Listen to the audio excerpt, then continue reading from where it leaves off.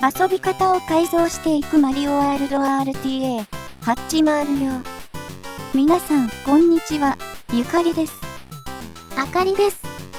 ねえねえ、ゆかりちゃん、走りやすくないタイプのマリオワールド RTA で、魔王クッパの谷の城で13秒短縮できる技があるって、本当？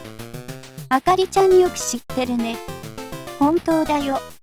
マント禁止、スモールオンリーで使える技。その名も、七城全改造。それじゃあ早速、その偉大さをご覧に入れましょう。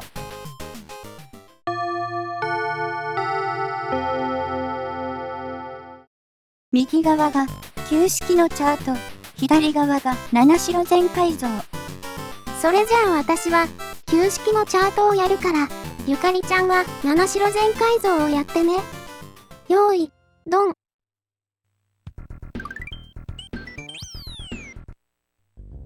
途中までは、旧式のチャートと同じ動きをしますね。さあ違いはここから。やばい、スピンジャンプでぐるぐるに乗って折り返してる。うわー1マスに乗るの。そして、当たり判定のでかいとんがりコーンに挟まれた1マスのセメントブロック。うおー早い。ね、くっそ早いでしょ。ぐぬぬぬぬぬぬ。あかりちゃんも2部屋目に入りましたね。ここでタイマーストップ。七城全改造の音程は、なんと13秒。13秒も早いんです。大事なことなので、2回言っていくスタイル。13秒って、スピードラン .com 上で、1600人の RTA 奏者がせめぎ合う激戦タイトルのスーパーマリオワールドでは革命的な短縮技ですね。これまで、七城全改造は、もっと難しいやり方しか見つかっていなくて、なかなか実用化されなかったんだ。2021年3月頃、今回の七城全改造チャートが開発され、人力で行う RTA でも実用的に使える域に至ったんだ。チャート開発者、意外なり。とはいえ、簡単とまではいかないシビアな技ですので、しっかり操作を固定化していきましょう。これまで、角抜けの運ゲーに勝ってきたせいか、クッパの谷のお化け屋敷でバチコリ決めたスモールセクシーを無駄にはしたくないですもんね。それじゃあ早速、見ていこっか。手元カメラキー入力表示と一緒にタイミングを測っていきましょう。ゴーゴー。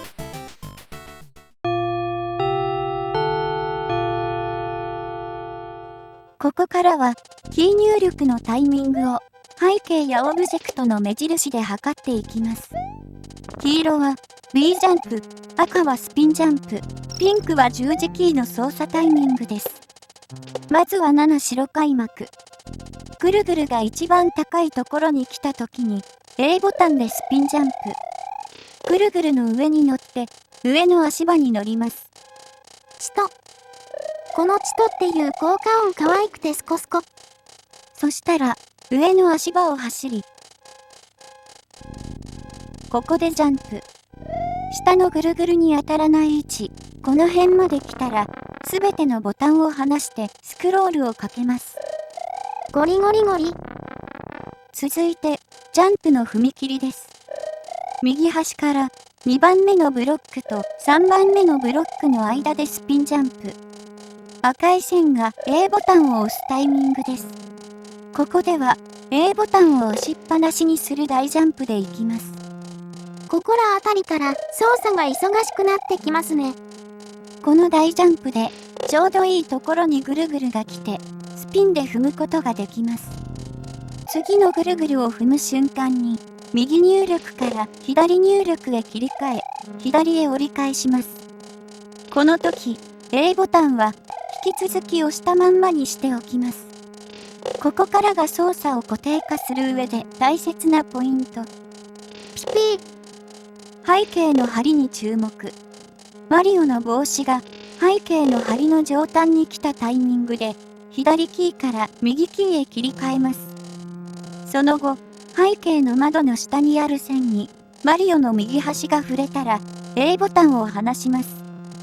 最初の踏切から押しっぱなしだった A ボタンはここで初めて解除します。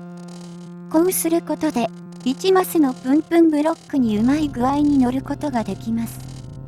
ふむふむ。そして、マリオが1マスブロックに乗ったことを確認したら、すぐに B ジャンプ。B ジャンプは押しっぱなしの大ジャンプです。ジャンプをするタイミングが早すぎるとダッシュジャンプにならず、失敗してしまうので要注意です。このあたりは、フレーム単位の操作感覚を養っていきましょう。お次は、右から左への折り返し。背景の梁にある線に注目。このピンクの線に、マリオの左端が重なったら、左を入力します。右入力から左入力に切り替えるのね。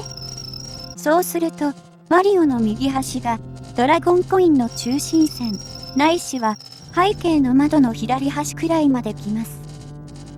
紫色の線のところね。これにより、これまた、うまい具合にプンプンブロックに乗ることができます。続いて4回目の折り返し。忙しい操作が続きます。プンプンブロックから B ジャンプをします。この時も大ジャンプです。ここからが重要。今一度、背景の梁を見ます。ピンク色の線で示した背景の梁の線に、マリオの左端が来たら、左キーから右キーに切り替えます。その後、再びプンプンブロックへ着地。ここが一番の要。プンプンブロックから A ジャンプで大ジャンプをします。しっかりとジャンプをすれば、次のぐるぐるに乗ることができます。この時、極力、プンプンブロックの右端からジャンプすることを狙いましょう。そうしないと、次のぐるぐるに乗ることができません。ジャンプの高さは、マリオの速度に比例しますね。ここまで記録ペースで来て落ちるのは何としても避けたい。折り返した後、B メーターが溜まっていって、マリオの速度が十分に乗ったタイミングでジャンプすることが大切です。ぐるぐるに乗った後の動きを見ていきましょう。マリオがぐるぐるに乗ると同時に、左入力に切り替えます。この時 A ボタンはずっと押したままで固定です。その後、マリオの帽子の上端と右側のセメントブロックの下端が重なった位置で右入力に戻します。イメージとしては、右入力の中に左入力をピロピロっと挟み込む感じですね。ここまで来たら、残すは最後の難関、1マスジャンプ。画面下の黄色いとんがりコーンみたいな足つぼマッサージ機があります。この一番左端のトゲの中心線で A ボタンを解除します。スモールマリオには痛すぎて落ちっちゃうみたいです。あとはセメントブロックに乗った瞬間にジャンプすれば一部屋目のクリアです。一発。今後もこういった高難易度技の解説動画を上げていきます。ご興味あれば、チャンネル登録、フォローして最新情報をチェック。それでは、一部屋目のおさらいをしていきましょう。あかりちゃんやってみよう。あかり、行きます。ぐるぐるが一番高いところに来た時に、A ボタンでスピンジャンプ。右端から2番目のブロックと3番目のブロックの間でスピンジャンプ。マリオの帽子が背景の梁の上端に来たタイミングで、左キーから右キーへ切り替え、背景の窓の下にある線にマリオの右端が触れたら A ボタンを離す。背景の梁にある線にマリオの左端が重なったら左入力。背景の梁の線にマリオの左端が来たら左キーから右キーに切り替え、極力プンプンブロックの右端からジャンプ。ぐるぐるに乗ると同時に一瞬左入力。とんがり、コーンで A を離してすぐジャンプ。やったー、できたー。ゆかりちゃん、ありがとう。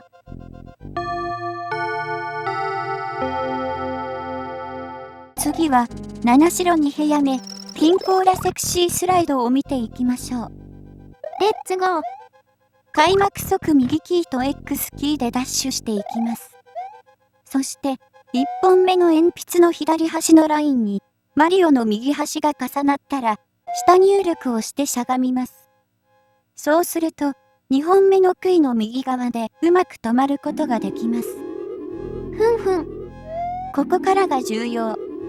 カメックの魔法弾が背景の柱と窓の中間地点に来た時点で、右キーを入れながら B ボタンジャンプ。あらかじめ右キーを入れておくとやりやすいです。続いて、ジャンプの高さを調整するために、一瞬だけ B ボタンを離します。タイミングは、背景の柱の左端に、マリオの右端が来たら B を離す。次に、マリオの右端が、背景の柱の右端に来たら、B をもう一度押します。そうすると、カメックが壊した1マスをすり抜けることができ、同時に黄色コーラを回収することができます。私には、この甲羅が黄金に輝くかのように見えます。この甲羅を使って、次の、くるくる、ブロックの壁をこじ開けることができ、タイム短縮につながるわけです。カメックの出現を抑制することもできるので、運ゲーの回避までできちゃいますね。以上が七白全改造と金甲羅セクシースライドです。ちなみに、スモールオンリーカテゴリーでは、七白全改造の最後に、猶予1フレームかつ運ゲーの壁ジャンプをすることによって、さらにタイムを短縮することができます。これは狙い得。